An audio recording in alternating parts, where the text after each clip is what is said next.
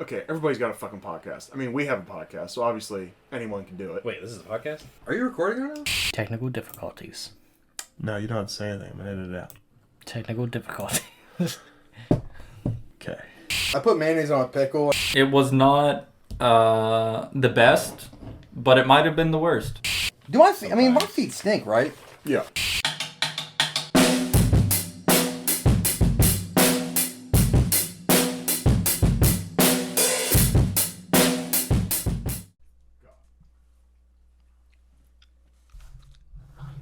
Hello, Jason. Hello there. Would you like to do a podcast? I think I've got some free time. That is good. Let's do it. Great. Oh, should we give an audio listen real quick? I mean, that seems like a thing other people care about. Yeah, you do that, and then I do that, and then I think we sound good. Everything sounds great. I think it's always weird hearing the echo and like the double time. I can't do it. It's weird. That's why I don't use it. No, I mean, I don't blame you. We can always fix it in post. Yes. So, would you like to talk about Ocean's 11? Which ocean? All 11 of them? Exactly. There's the Pacific, right? Mm-hmm. Is that the one we're... You said there's 11, so Why? name all the oceans. I don't know that many oceans. Yeah, no, that's true. Okay, so what we did here, if you don't know at home, is or at work. You know, I don't know where you're. You can listen to it really wherever you're most comfortable. Yeah, I don't mean to say at home, but if you don't know, there was a 1960 original version of Oceans. So it had Frank Sinatra and Dean Martin and Sammy Davis Jr., the whole Rat Pack, which I didn't realize was an actual group before watching this movie. I was sitting there on the couch, was watching this movie, and my wife goes, "The Rat Pack," and I go, "No, it's Ocean's 11." And she goes, "Yes, but the Rat Pack, they're in this movie." And I'm like, "Who's the Rat Pack?" So that one, Right over the head. right over me. Yeah, I just thought it was Frank Sinatra and the Bros, you know, kind of like Marky Mark and the Funky Bunch. Thought it was just maybe, you know, the adjacent to that from 1960, but... Yeah, I mean, I didn't know Frank Sinatra had a group. I've heard the Rat Pack said before, but it was always in a way of saying like, "Hey, you and the Rat Pack," or whatever. You know, so I just thought it was kind of like a way to say like you and your shitty friends. Yeah, that's kind of the way I'd always taken. It's like, oh, you and the Rat Pack. It's like, yeah, you and your fuck friends over there. You just baggy idiots. Yeah. You know, and it made sense at the time, but... Yeah, because we were a bunch of idiots. Yeah. Yeah. So, you learn something new every day. And, yeah, what did you think of the 1960s version of Ocean's 11? So, I did enjoy it. However... you know, it was 53 minutes, I think, into the original that we finally got everybody together. Yeah. I kind of enjoyed kind of the backstory, kind of branching everybody out. Everyone had like a little bit of a character development, I guess, before we really got them into like the main group. But boy, did that take all day. And then by the time we actually got to the heist, I mean... everything just kind of happened.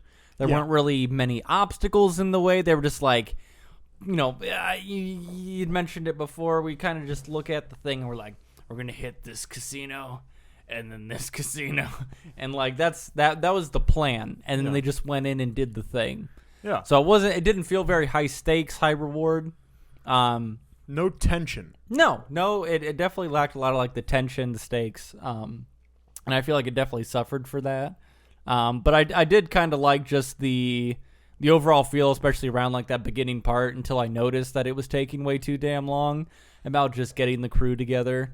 Some part of that always just seems really fun in my head, and I always enjoy those sequences. But once I have a chance to stand back and look at how long it's taken, I'm like, wow, you should have spent my time better. Should have told a different or better story in that same time. But yeah, I mean, I liked the way that they got the crew together far better in the 2001 shit. Yeah. And if I'm wrong, sorry, because we'll put it on screen. Yeah.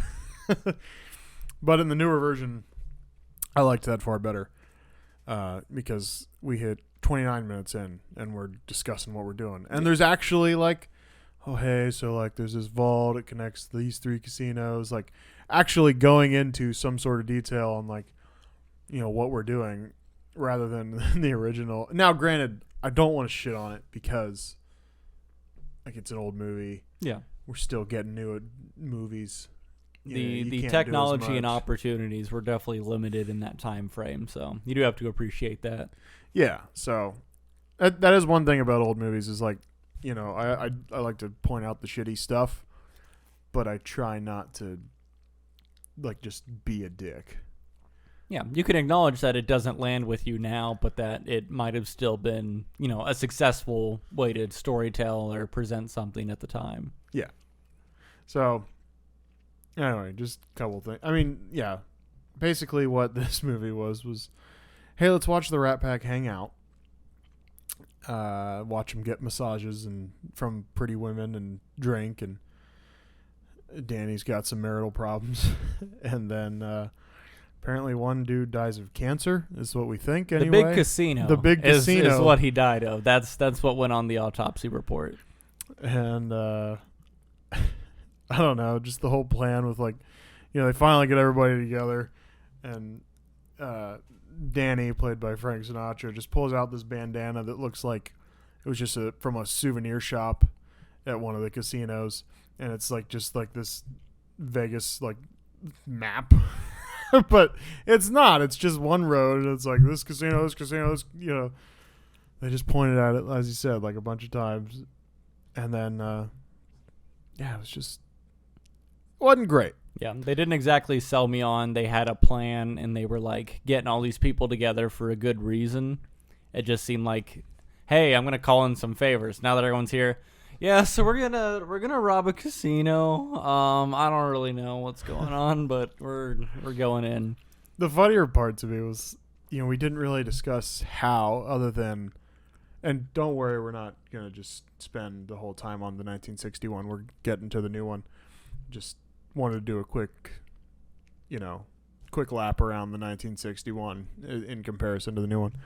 So, I just thought it was funny. Like, we didn't really have like a plan of action other than, hey, we're going to get the power out, and that means the safes will pop open and we can get all the money. Yeah. And we're going to have everybody sing the New Year's song when we rob them. Whatever that fucking song is. Yeah, I don't I've remember how never that heard it goes. before in my life until this movie. So Yeah. Okay. I'm just trying to think. I'm trying to think of where I heard that. I think it was like the end credits in like a Christmas Story or something like that. I don't remember. I'm confused now. all right. You've altered everything in my life, and I don't know how to. Like, everything's wrong now. Yeah. Well, you have 2 options. We can continue on with this podcast, or you can kill yourself. Yeah. I'm thinking about it. Well, so yeah, so they don't discuss exactly like really how these things are going to be executed, and then they have some like weird like glow in the dark paint or some shit that you can only see with special glasses. And now that I'm thinking about it in this moment, like I don't understand the logic in just like, oh yeah, we're gonna, you know, wave this can over, and in another 30 minutes, once this plan goes into action, it's all gonna make sense to you. But also just not, you know, one of the, you know, maybe funkier bunch of the people at the casino also has glasses that happen to see this and then like, whoa man, like you got markings on your door, what's the password, bro? You know, like something along that lines. I mean, it's 1960, so I don't imagine most Probably people not a lot of bros sound like that. But if they did, you know, they'd be raising questions. I feel like it would get into contact with somebody at the casino and they'd look into it. But Yeah. So yeah, very interesting. Very not. What I like about the plot of the new one, I mean, new. It's like 22 years old, but sure. Just very tricky, very just layered.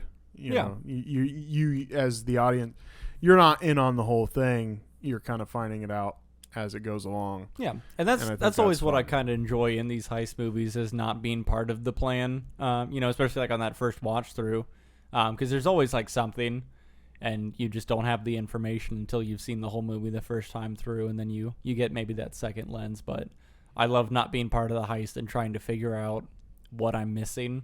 So, part of the way through it, and I can never figure it out because I'm a fucking idiot. But, Yeah, me myself as well. But it's always kind of fun to play that game with everybody else while they're going through it.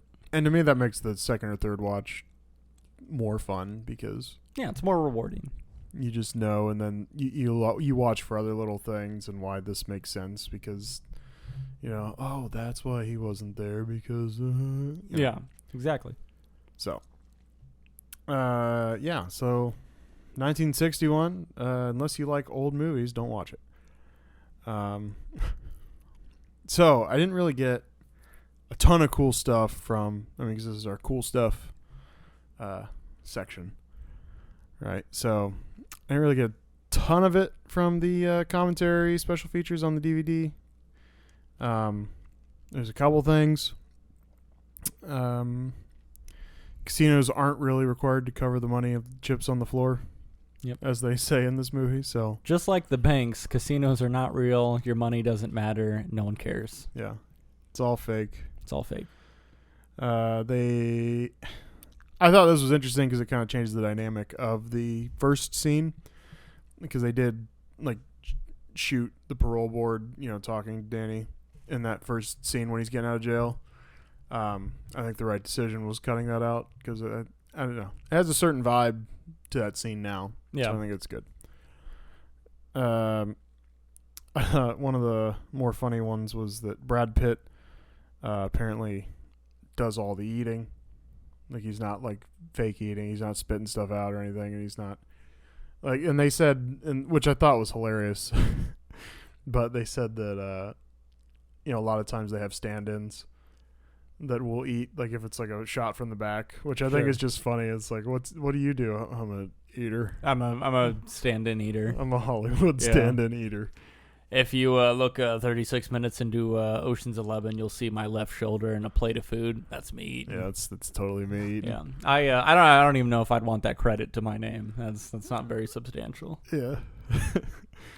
But yeah, apparently he did his own eating, and they were I'm pretty sure Brad ate 40 shrimp during the scene where they see Tess walk down the stairs when they're still trying to scout everything. Yeah.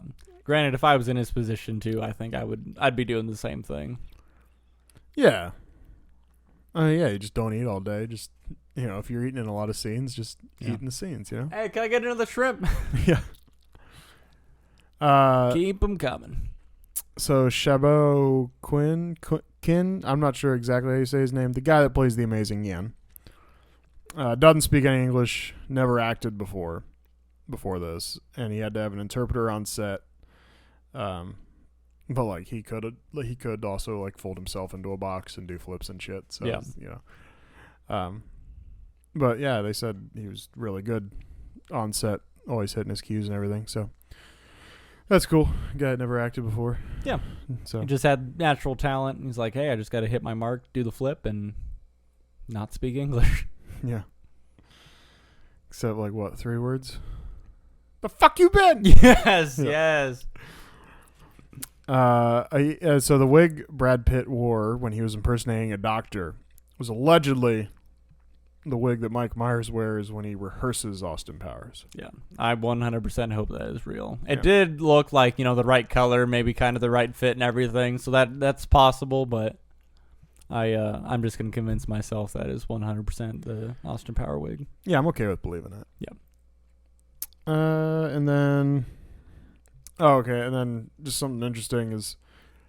So whatever dog track they went to where they meet Saul, they also put the circus tent up in that parking lot for when they're scouting the amazing Yen. Mm-hmm. So that's kind of interesting as far as locations of where they're shooting and stuff like that, and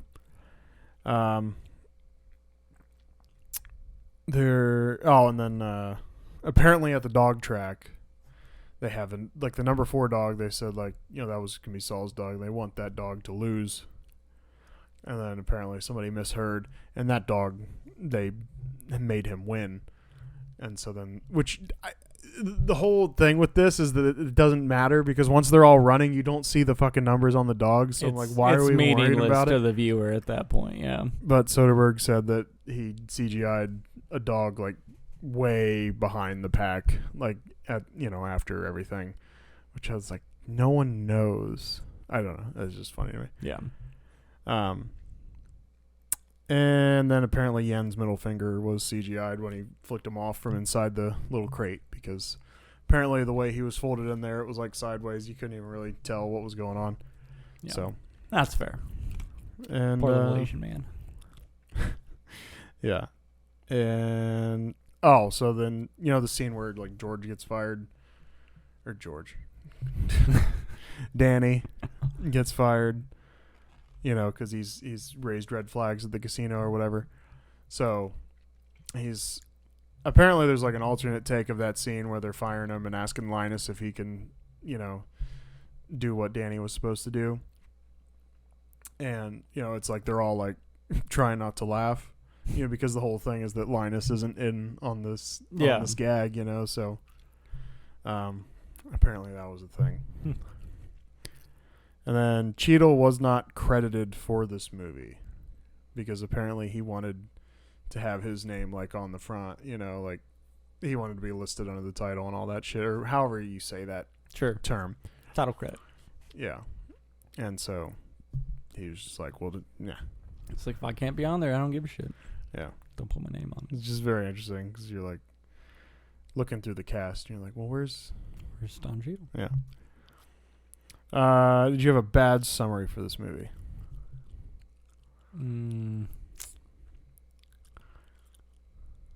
No? Okay, that's fine. I had power failure during boxing match. Casino owner breaks up with girlfriend. And convict steals hotel towels. That's pretty good. I mean, shoot, you could go just as easily as guy breaks parole. Yeah, yeah, yeah. I put the towels thing in there because that was what they talked about at the table. And he's like, "I guess I'll put those towels back." It's like, no, you can keep. You keep the towels. You can keep Yeah. towels. That was fine. Convict steals hotel towels. I like that. I did come up with some box score categories, even though this isn't our traditional. Not a lot of deaths or anything like that. It's a little harder to do, so I came up with a couple. Sure. I believe they were calling them lifts when they pickpocketed somebody. Okay. So I counted like 3 of those because Linus lifts the codes off of Terry. Danny lifts that dude's wallet that Linus stole off of Linus. And then Linus stole that guy's wallet on the train. I had Malloy brother arguments, real and staged. At the racetrack in the beginning, there are 4. The racetrack at the beginning, the balloon argument that was staged, in the van when they're stealing the pinch, and when they get the cart to the vault. And they're like, you forgot the car? Yeah, right. They start arguing about that. So 4 of those. And then I counted 21 explosions. But you might not count 14 of them. Because that's a pretty big difference. What's going on? Well, see, yeah, that's why I write this stuff down because I'm gonna look at that. Yeah, okay, it's fine. All right, so this is why I write this stuff down because it might be disputed. So when we first meet Don Cheadle's character, whose name I'm forgetting, Basher, and he blows all the pegs around the everything that locks that safe door into place. I counted 14 of those. Okay.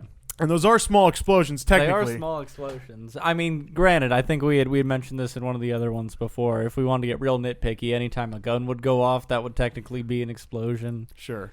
We could get real on it about it. Yeah. So, I don't know. I counted those, though. Sure. Because it is... Those are a little more substantial than a gun going off. Yes. 3 when they blew up the police cars in that same scene when... where a guy definitely died. Yeah, there's no way no one died there. But I didn't count deaths because not a lot of people died. Oh, yeah. I mean, and plus there was no on-screen death with that. So. Yeah. one when the pinch when they blow the power to the city. I'm considering that an explosion because the whole van goes like like kind of falls over or whatever. No, I'm with you. They blow up the van with no money in it. They blow that thing up. Well, they blow the vault door open, right? And then they have that one explosion in the vault with the hooker flyers as well as the van. So I counted 21 explosions. And then I had one more. Cigars smoked by Ruben. There you go. I had 5. But the original meeting scene, one in the hotel, one during the fight, one in the car with Virgil, one at the fountain. It doesn't seem like that many, and some of them may overlap. Like, for instance, like the fight is the same night, so like he might still have the same cigar when he goes and is sitting in the car with Virgil. When Sure. Virgil's I mean, does it look remote controlling the significantly shorter? van. That's getting too much. Yeah.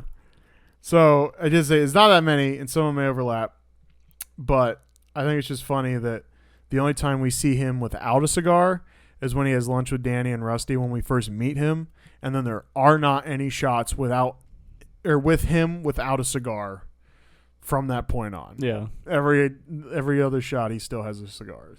So I just thought that was funny. Yeah.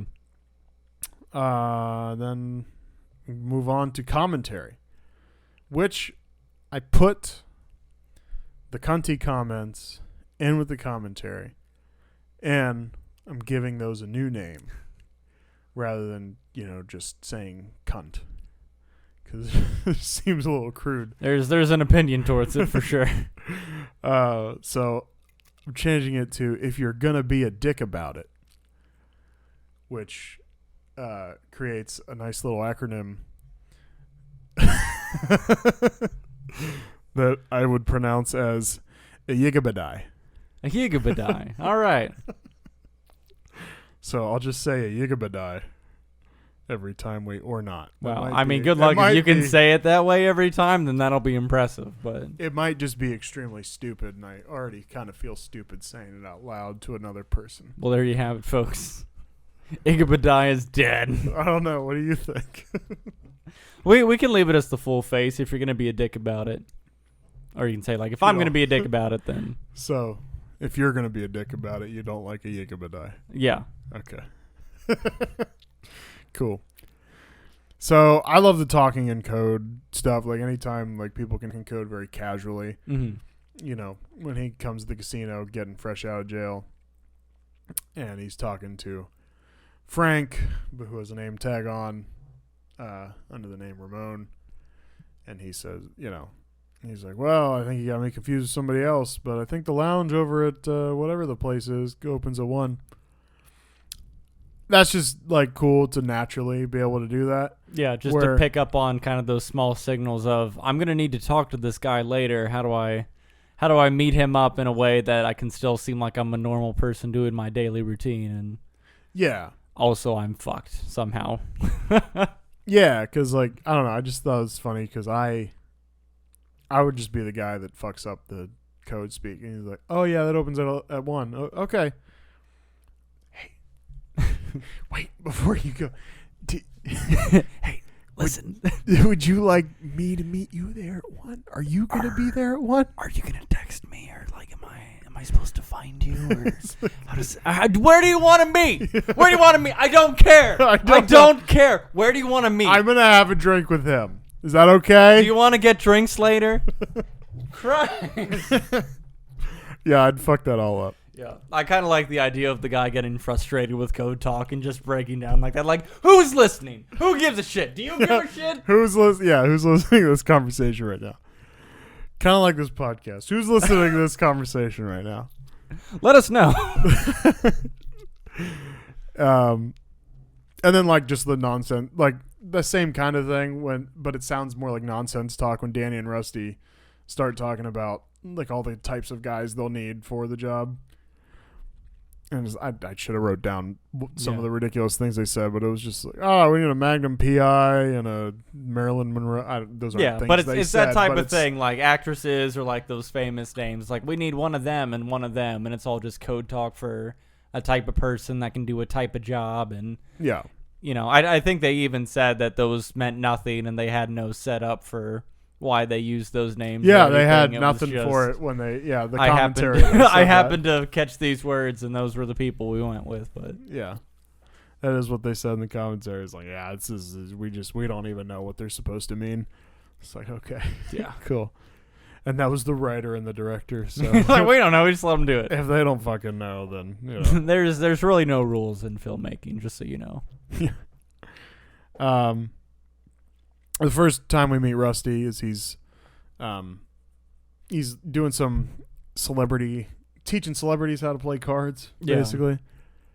I just like the part where Topher Grace is like, hey, guys, all reds. Which is fun because, like, I don't know. I to me, like, that kind of describes me that to me perfectly, because, like, card scenes are just lost on me. Because I don't, like, play cards. I don't know cards. I collect cards for some stupid fucking reason because I like the way they look. But I don't, like, no one plays cards with me, you know what I mean? Yeah. So, like, I never really learn. And if I do play a game, it's, like, few and far between. So the card scenes are just always lost on me. They made nothing. So, And like, you might as well just be saying, "Ha, I've got all reds." I- Does that- that? Do I get any points? That might be me, yeah. How many points did I get? Yeah. So then they talk about the heist, and then they're like, oh, let's talk to Ruben. Ruben thinks they're crazy, yada, yada, yada. They get up to leave lunch. And I just love the line that Ruben says where he's like, listen, we all go way back, and I owe you from that thing with the guy in the place, Yeah.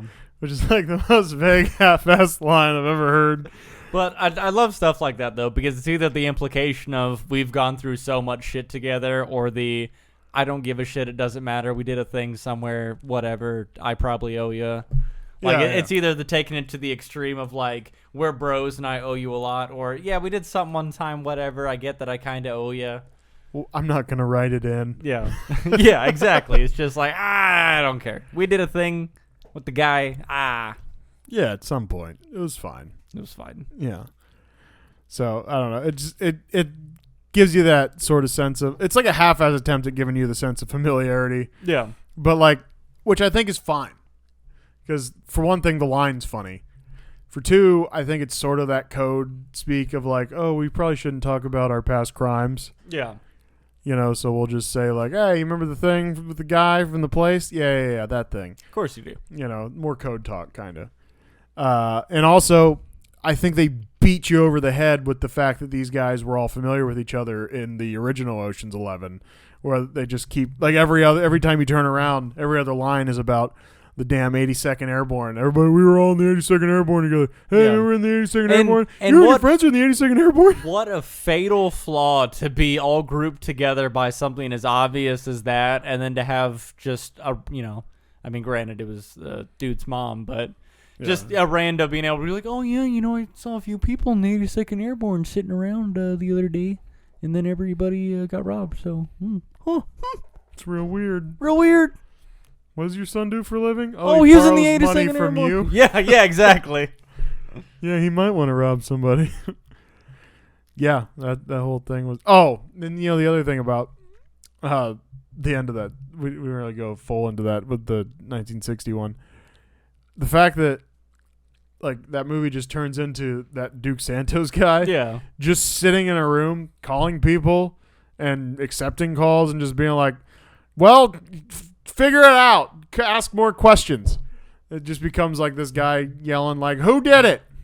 Do you know? Yeah. I didn't know that's how, like, he was really planning on going through this, He seemed like when he was going to the police, he was like, I'm going to find out who done it, and I'm going to bring him to you by lunchtime. And then it just turns into him making a bunch of calls, be like, hey, this casino's got robbed, and I don't know who did it. Do you know who did it? Do you know? Do you know? Okay, well, call me back. Like, it's just... And he's just like eating a sandwich, and this other guy he's comes always in. shirtless for some reason. He's like shirtless and shaving when they figure. And then the money, just as far as differences between this and the newer one, the money their buddy dies of the big casino in the middle of the road, whatever the big casino is. And so he dies, and his wife, ex-wife, it's a weird situation. They're not on great terms, and his wife-ish person, Whitefish is probably good. mother of his children, comes to like kind of claim the body or what have you, and the guy at the I guess the mortuary funeral Funeral parlor, maybe, yeah. parlor, yeah, whatever. He says, "Well, we don't think that veterans should have to pay, and we have a special service thing, and yada yada yada." And so basically, they're going to cremate him there. Like the service is going to be held there. And so their plan of, transporting the money back with his body and getting the money out before he's buried is, gone to shit. And so then the money just burns with their buddy. Yeah. And so no one gets caught. No one gets the money. Nothing. Yeah. So that's just and like it's kind of like the chaotic ending of like, oh, nothing went to plan, everything's fucked, no one gets it. Like I like the ending. Yeah, no one necessarily loses except for the guy who died, right? but nobody wins. But yeah, and like at the same time, it's like, well, after you setting up the gig for 53 minutes and very non-tension filled heist, and you just played like this like weird score in between everything happening. The guy's like, he sprays the door, and then it's like ba da da da da da, and then it's like, oh hey, you think that maybe we should do this? Oh hey, you want that spray? Okay, yeah, here's the spray. Okay, hey, that'll work. Hey, okay. Psst, ba-da-da-da-da-da. And then the guy's like talking to some girl. Like, ba-da-da-da-da. And it's like, what? Yeah, there were like 3 music numbers in Yeah, that a lot song. of dudes It was singing. ridiculous. Now, granted, I mean, I understand who they It's are. the Rat Pack, right? They probably had to. It was probably in the contract, but Yeah. it did seem a little ridiculous at some point. I was like, another singing number? Really? Rob some shit. Yeah. Do crime. For real, though. Yeah. Yeah. The real crime was the copyright infringement. They didn't have the rights to sing those songs on the movie. That was the crime. That's a made up fact, just so you know. Yeah, very made up, but yeah, that is the funnier thought, though. If they just like, oh yeah, no, there was crime all over that movie. They didn't have those rights. Yeah, so I don't know. It's just I feel like you need more of a like some sort. Somebody's got to win. It's just not. Yeah, it's just not enough. Because there were no wins or losses throughout the whole movie. Yeah. Just very. Yeah, it was like you were just know. waiting on the next episode, but then the movie was over. It's Yeah. like, well, what are they gonna do next? And it's like nothing.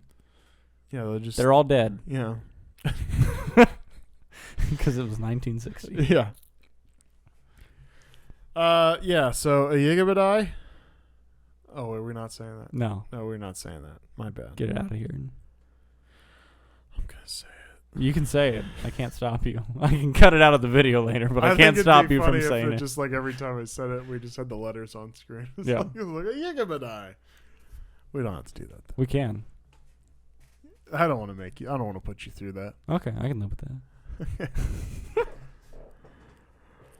that. Yeah. Okay. So they back to 2001, Ocean's 11. They said availability might be a problem when they were recruiting Basher, and then they go to the job that he's going to get busted on that night. So that seems like having some incredible foresight into what he's doing. Yeah. Or you just happen to know, again with the communication channel that everybody or some guy happens to know what crime everybody's doing everywhere. He just happened to call the wrong guy and be like, "Oh yeah, Basher's doing a job and it's going down tonight or whatever." Yeah. And he's just like, "Well, shoot, I'll be there. I'll Right. pick him up." So unless they're incredibly, well-informed communication channel just happened to know what was going on, then they just got extremely lucky to catch him, right at the end of a crime. Yeah.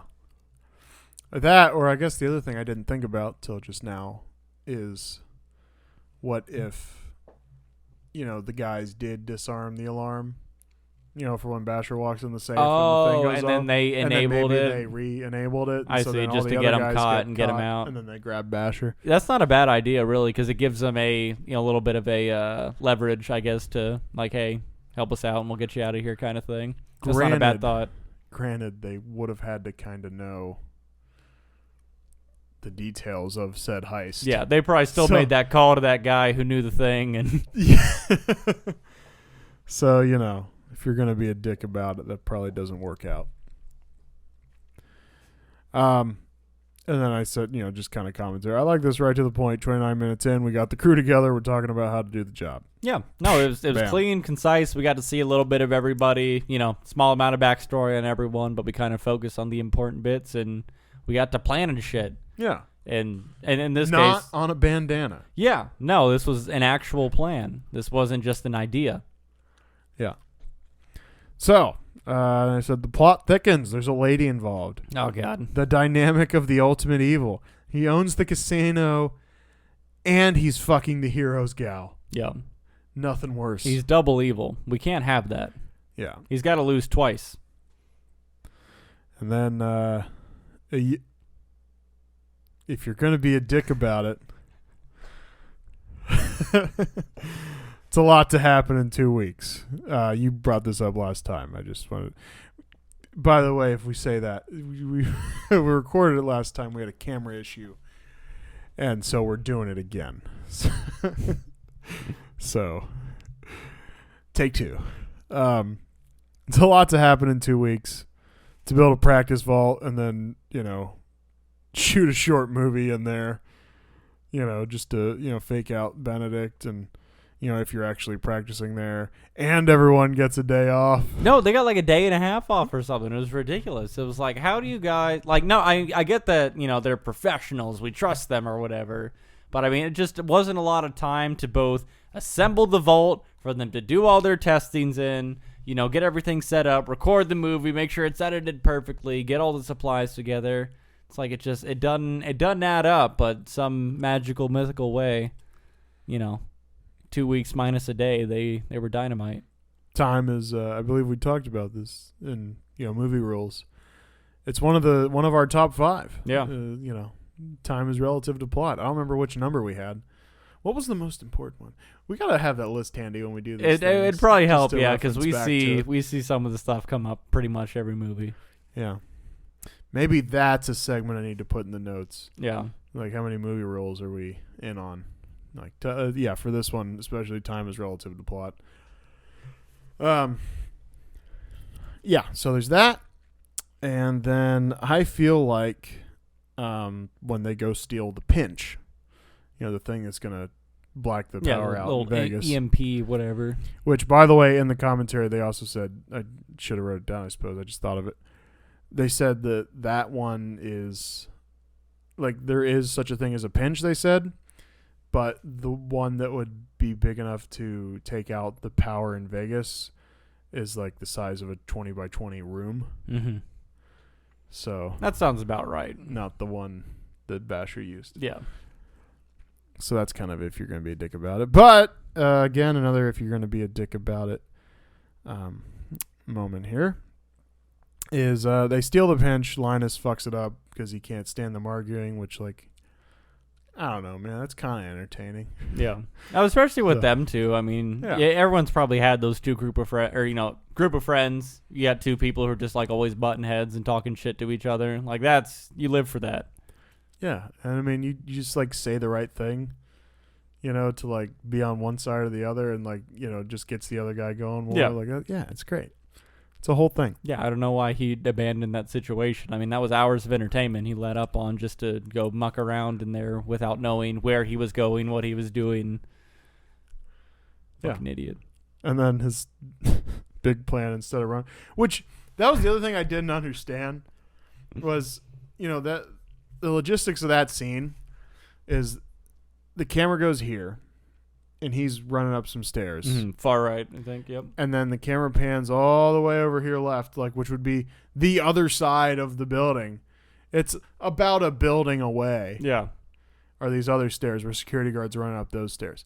So where the stakes raise, I'm not sure. Yeah, dude's got plenty of time. I guess he meets them in the middle, and then he breaks a window and runs out onto that little roof thing. Yeah, what a great tactic to get out there stealthily without alerting anyone. He's like, yep, I'm just gonna throw this chair through the fucking window and hop out.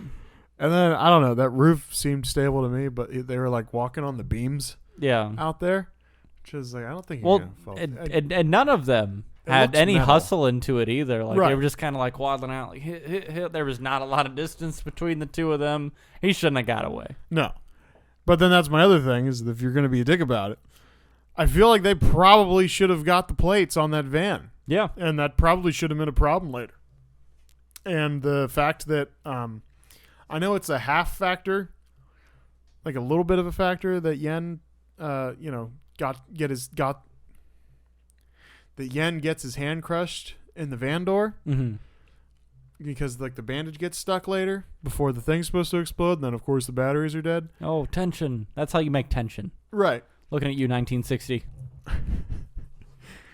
But I just feel like it should have been a bigger deal that his hand was broken. Like maybe they had to go get like another guy, or something. Well, and so like number one, I Because he have just gets away, and it's like it's very Yeah. short lived to me. well That's with, all. with his contribution doing the fancy backflip to land on the other like kind of like a bookshelf kind of thing. Yeah, that big thing in the vault with all the money in it. Yeah. Yeah. So he does a backflip onto it that looks a little wonky, but that's again probably being a dick about it.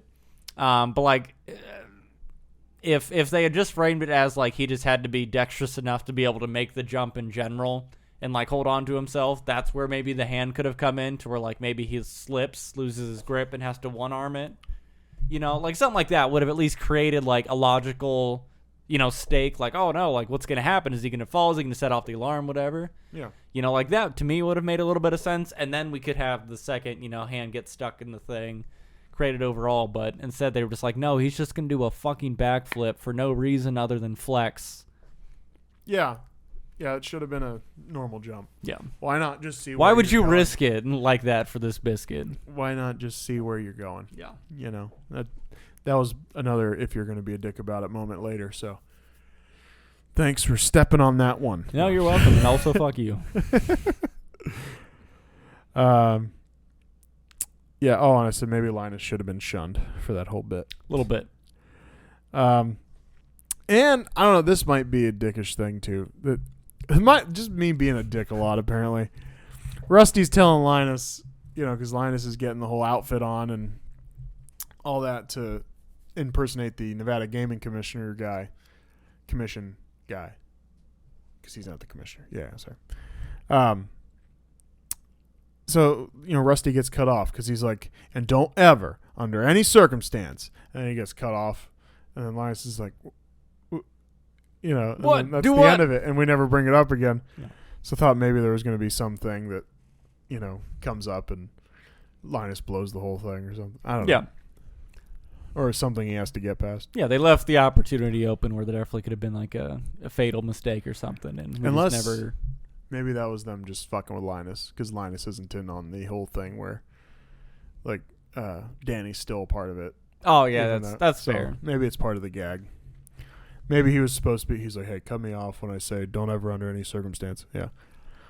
Okay. And then that's just another thing where we, the audience, are not even in on Right. the joke that hit the my gum anything. fell out of my mouth. It's embarrassing. That's the whole thing. That's the whole thing. Yeah. Yeah, we're gonna zoom in on that for sure. Good. Yeah.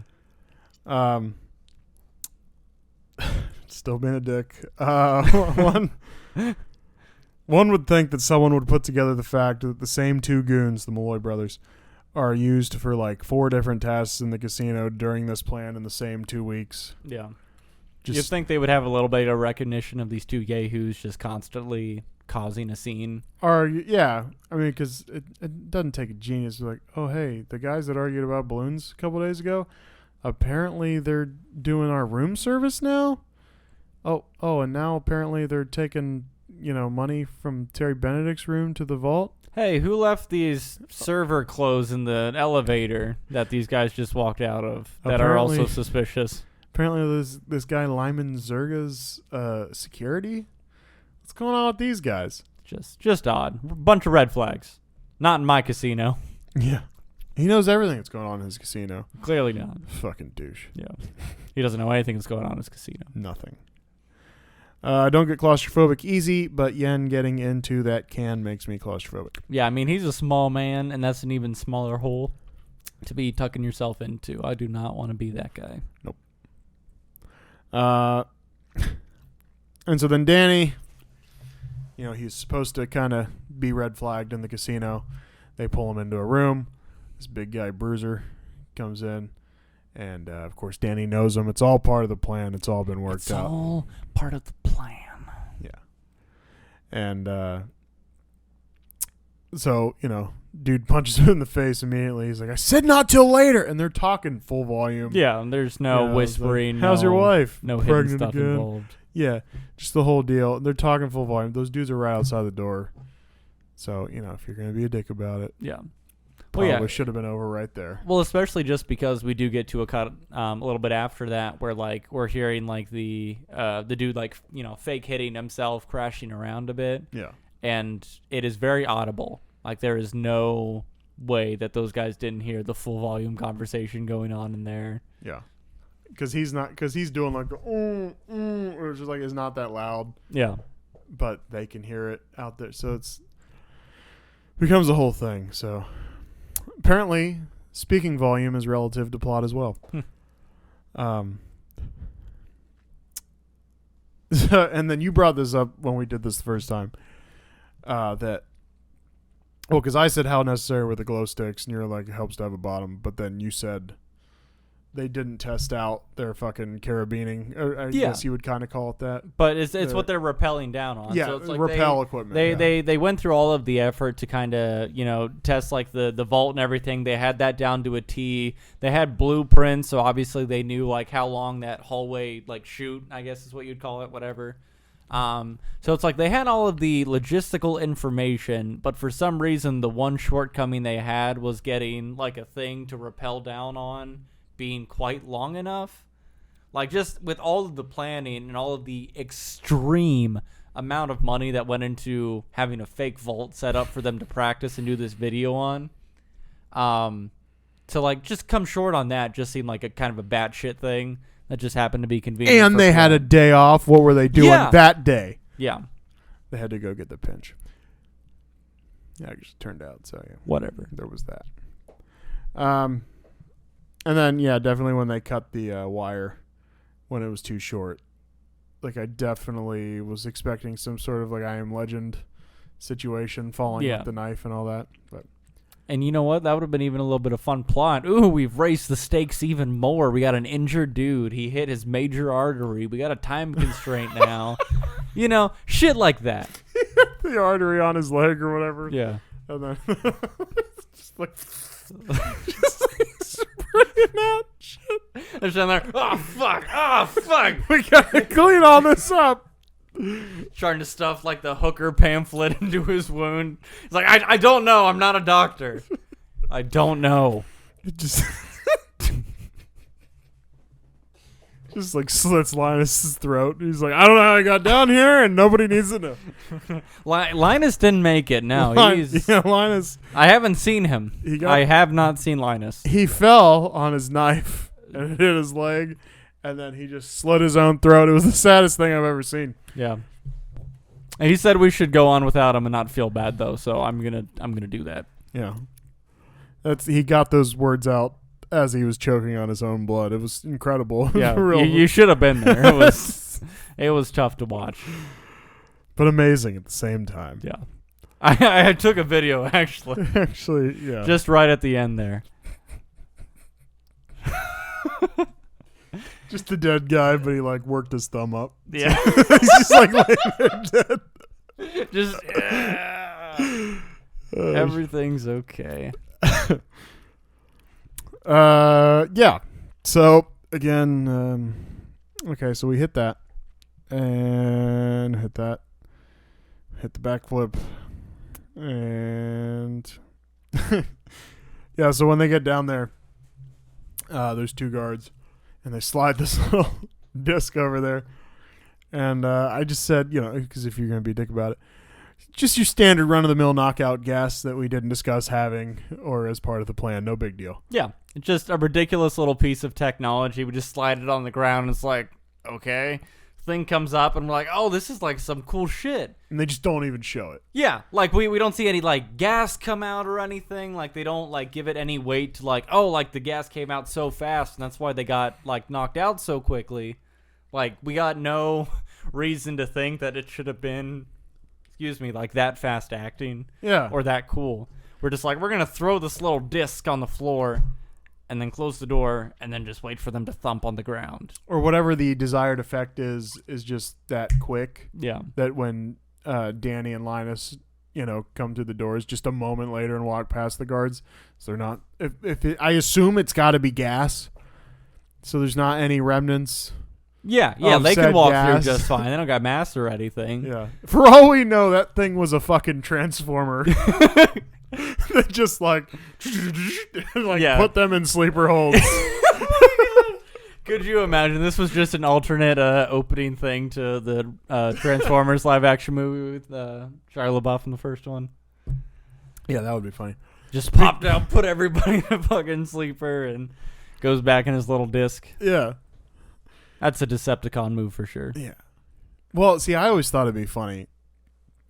And this is completely unrelated. Just we're in Transformers now, but I remember that first movie. And you remember when that what was the big cube they were going after? I can't remember what the fuck it was called. The Allspark? The Allspark sounds like a thing. I just remember In the beginning, there was the cube. Yeah. So yeah, Shia LaBeouf's running around with the cube and fucking it like, he knocks it off the ground or whatever, and it like shit's turning into Transformers. And so that pop machine, just transforms and starts shooting pop cans at everybody. Yeah. And I just thought that would be the best thing for a preview, to announce that there's a second one coming. Just a guy walking up to a pop machine, puts the dollar in, it doesn't give him a pop, and he starts just like hitting the pop machine. What the fuck? Where's my whatever? And then all of a sudden, just like just gets shot with a pop can. And he's like, "Are you shitting me?" Like maybe the pop can explodes or whatever. And then he goes and like tries to put another dollar in the whole thing, and then the thing just like transforms. And the guy runs away or something. I thought that would have been a great thing. It was like, they're back or some shit like that, right? For more advertising insights, please contact Consequences Hotline at yahoo.com. Yeah, I mean, I think we're better at this than those stupid advertisers. We got this. Yeah, we know what the people want. Yeah. Weird robots, hot women. And whatever the fuck this podcast is. Yeah. They don't. They don't need it. They don't want it. Yeah, okay, so the next thing is good thing I didn't check the batteries on that device. The guts and remains of a 90-pound Asian man being everywhere certainly complicates things. Yeah, definitely would have gone a little bit against the plan they originally had, because they had everything so well orchestrated. And then for them to come in there and be like, that is that is not good. They're going to get, they're gonna be swabbing things. They're gonna get DNA off of that, and then I had the idea. It's like, okay, well we're gonna have to like put him in one of the bags, like because there's at least a solid chunk of him left. And it's like you're gonna have to put him in a bag. We have to take most of him with us. We got like we can't get all of it, but we gotta do something with this. We can't leave him. You just have to leave behind a torso's worth of money. Yeah. How much is a torso's worth of money? Can someone do that conversion? Can we get that on screen? About $2 million. About $2 million. You got to think a pound of flesh to about 100,000. I don't know. What a bargain! I'm just. So you're saying if I'm out there at the gym losing weight, I'm just sweating money? Yeah. God. Yeah, it's hot, isn't it? Yeah. If Jigsaw could give me a call, I could do some trades for that money. I think they had one of those movies where they were chopping off. It's like a deli. Yeah. It's like, all right, well, you can buy your way out of here, but I'm gonna need need your weight in flesh here. You're like, bet just cut it off. It's like, do you want that on white or rye? What will an arm get me? Thigh? Breast or thigh? You know, those kind of questions. What? Okay. That's enough of that. The fact that Tess has a phone in her pocket and she doesn't have a phone is just fun to me. Yeah. Well, especially because he was like, "Are you going to answer that?" And she's like, "I don't have a cell phone." It's like, number one, just illustrates that he doesn't know shit about her and probably doesn't really care about her. But number two, it was just like, you hear a ringing and you're just not going to like look around and be like, "Huh, I wonder where that ringing's coming from. It can't be me." Right. You know, plot twist. It's you. The call is coming from inside the, like, was it her purse or was it just her jacket or something? Yeah, jacket. Yeah. The call is coming from inside the jacket. So, I thought it was very nice of Terry that he doesn't want to find you and kill you. He asks that you run and hide so he doesn't have to find you and kill you. Yeah, no, is very considerate. Very polite of him. Yeah. However, like, the implication of that is kind of weird because that means he's going to spend countless resources searching for you. He just hopes that he doesn't actually find you. So really, like, he's just operating at a, like, known loss. You know how I've lost money because you stole my money? I'm going to lose way more looking for you. I hope I lose so much and never find you ever. Yeah, no, that didn't click in my head until just this very moment. But that just, it makes no goddamn sense because he has those two goons who end up, following him around. And it's like, they got a payroll and we're just wasting it on. Yeah. Just, he hopes he doesn't find them. Hey, try to find these guys, but don't try too hard. Yeah, he gets that like weekly check and be like, "Hey boss, we didn't find him this week." He's like, "Yes, good work. Okay. Send me the bill for your services." Yeah. That is the dumbest. Yigabadai. I'm saying it. Whatever, you live your life. Also begs the question: why did SWAT rappel down? As long as everyone thinks they're SWAT, they could have just taken the normal way in, taken the elevator. Yeah, the setup in general seemed kind of weird. It's like we had power cut, but we had gotten it back. Like, SWAT totally could have just taken an elevator downstairs, but we were like, no, we're going to rappel down. And the thing that really fucks me up on this, okay, is that the guys who originally went down, they couldn't rappel down all the way, which means they didn't have the right equipment. But when everybody came down as the SWAT guys, they were able to rappel down all the way, which means they had the right equipment. So it's like, did the SWAT guys all just cut off their shit and get down there? And if so, how did they get back up? It just blows my fucking mind. They knew how long the shit should have been, and yet they did not. Like, it was for us. It was for me and you in the audience just to be like, oh no, they can't get down all the way. What's gonna happen? Yeah. God. Yeah. That was good. I feel very strongly about that kind of continuity. Although maybe they didn't sell a compact one with a reel long enough, I guess. Now, But like, how compact it needed to be? I mean, they had bags. They were ready. Had to be in the briefcase though, because remember Linus was disguised as, Yeah. the commissioner. I mean, right? you could have fit that Not between the your butt commissioner. cheeks. I keep probably. saying the commissioner Yeah. as a Nevada Gaming Commission guy Yeah. or whatever. Anyway, so there's that. And also, this is kind of, if you're going to be a dick about it, but it's also kind of like they literally said this in the commentary.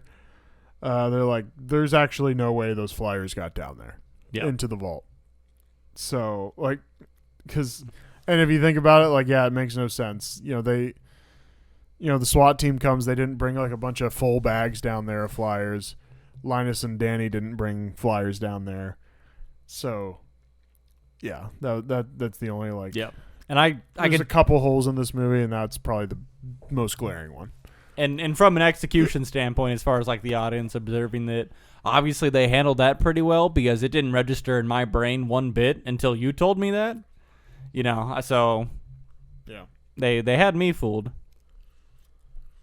Yeah. And then how this ends is we gonna get the guys by the fountain. They're all like, we succeeded. And Danny goes to jail because he broke his parole. And then, Tess and Rusty pick him up. And then They probably have sex in the backseat or something. Yeah, naturally. I mean, I think Rusty's been probably banging Tess for a little while. They're probably just bored. Yeah. They're like, oh, I can't wait till Danny gets out. Yeah, say it again. Yeah. That kind of thing. Say his name. Say it. Yeah. Sure, that was his thing. But if you kind of think about it, she had she was like the museum curator, I believe was like her job title. So it's like she kind of threw all that away at the end of all of this. So then it's like, well, she's just been hanging out. Like, obviously she's still got the money and stuff. So, she's been fine. But like the two of them, yeah, probably just been hanging out this whole time, just banging each other. Just passing the time. Yeah. I think so. I think they were totally. And I think even afterwards, I think Tess and... They probably had a weird trifecta thing where it's like, I'm going to sit on the couch while you fuck her, and then she's going to sit on the couch while I fuck you, and then they kept a rotation going. I think that's how they made it fair. Probably. Yeah. Yeah, I mean, one guy doesn't get all the sex. No, it's not fair. Everyone's got to fucking be fucked. That's the symmetry. That's the balance of life that we're all searching for. Yeah.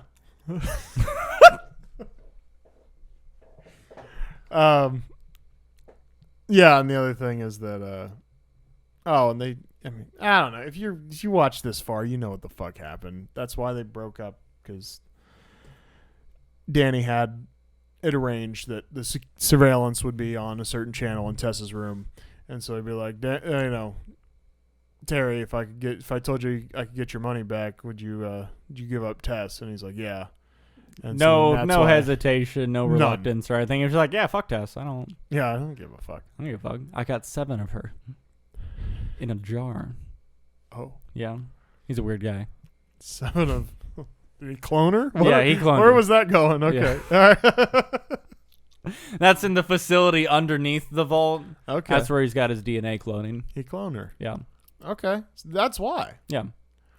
See, Well, his this makes much more sense. his dream is for him to be able to know everything that's going on in the casino. He's going to clone himself, so then it's just entirely ran by him. And it's kind of hive mind mentality where, he will see everything simultaneously as it's happening. So that's going to be in like the future movie. It's going to be Ocean's 11,000. It's going to be like the future tech version, and it's just going to be a bunch of like hive mind clones. And they're just like, how are we going to get around Terry Benedict?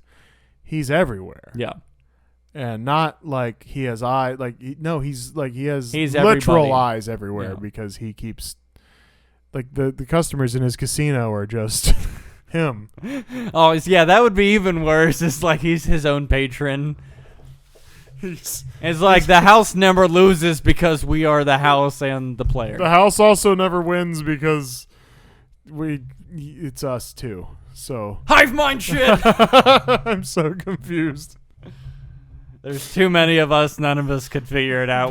We went too far too fast. We can't go back. Yeah. I don't know. I guess I'm gonna have to murder all these clones, and then that's the movie. It's Terry Benedict trying to murder all his clones, but they all think alike, and it's all hive mind. So how does he get around it? Or that's the thing is like he's like the original one's like, oh shit, I gotta kill these clones, and all the other ones think they're the original ones who have to kill all the other clones. But they're all having these thoughts simultaneously. And so how do you break off? So everyone's just like anxiously working around each other, waiting for shit to pop off because they don't know. Yeah. Yeah. I mean, I don't know. Or like you have to hire somebody to murder all of you except the original. But then all of them are saying like, well, I'm the original. There's a script here somewhere. Yeah.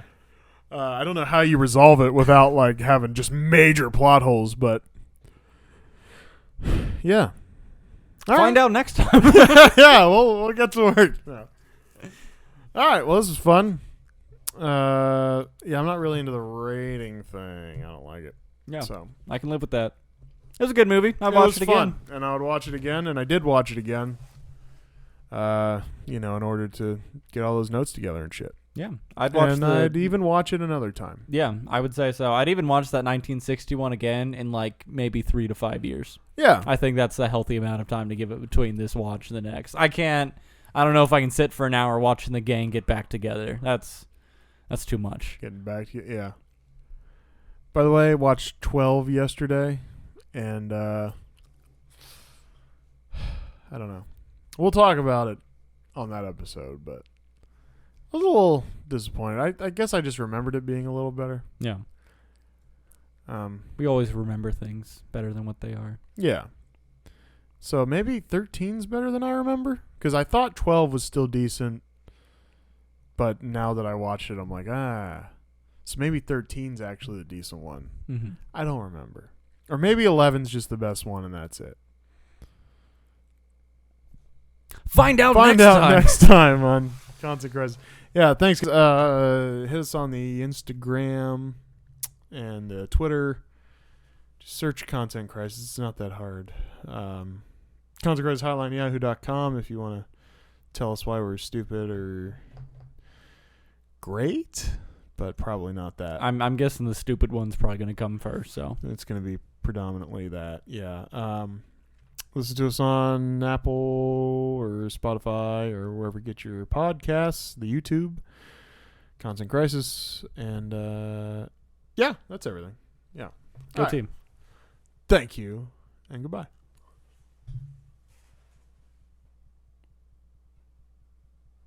This is awkward.